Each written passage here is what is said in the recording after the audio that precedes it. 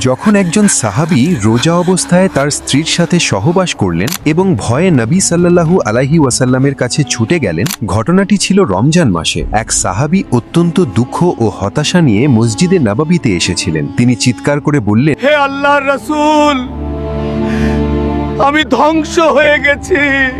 নবী সাল্লাল্লাহু আলাইহি ওয়াসাল্লাম অত্যন্ত উদ্বেগের সাথে তাকে জিজ্ঞাসা করলেন, তোমাকে কি ধ্বংস করেছে? তিনি বললেন, আমি রোজা অবস্থায় আমার স্ত্রীর সাথে সহবাস করেছি, যার ফলে আমার রোজা ভেঙে গেছে।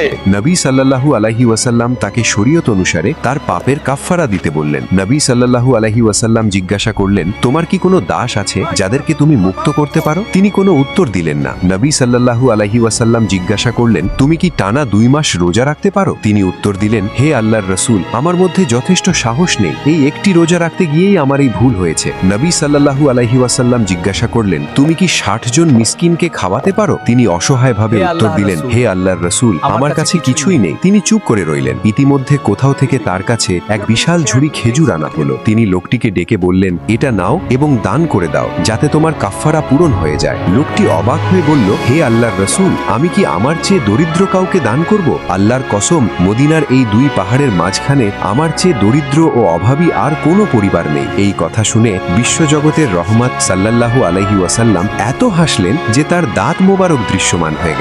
তিনি বললেন, ঠিক আছে, তাহলে যাও, তোমার পরিবারকে এটি খাওয়াও। অর্থাৎ আল্লাহ তাদের তাওবা কবুল করলেন এবং তাদের ক্ষুধাও দূর করলেন। প্রকৃত দারিদ্র্য এবং প্রকৃত লজ্জা উভয়ই আল্লাহর কাছে গ্রহণযোগ্য।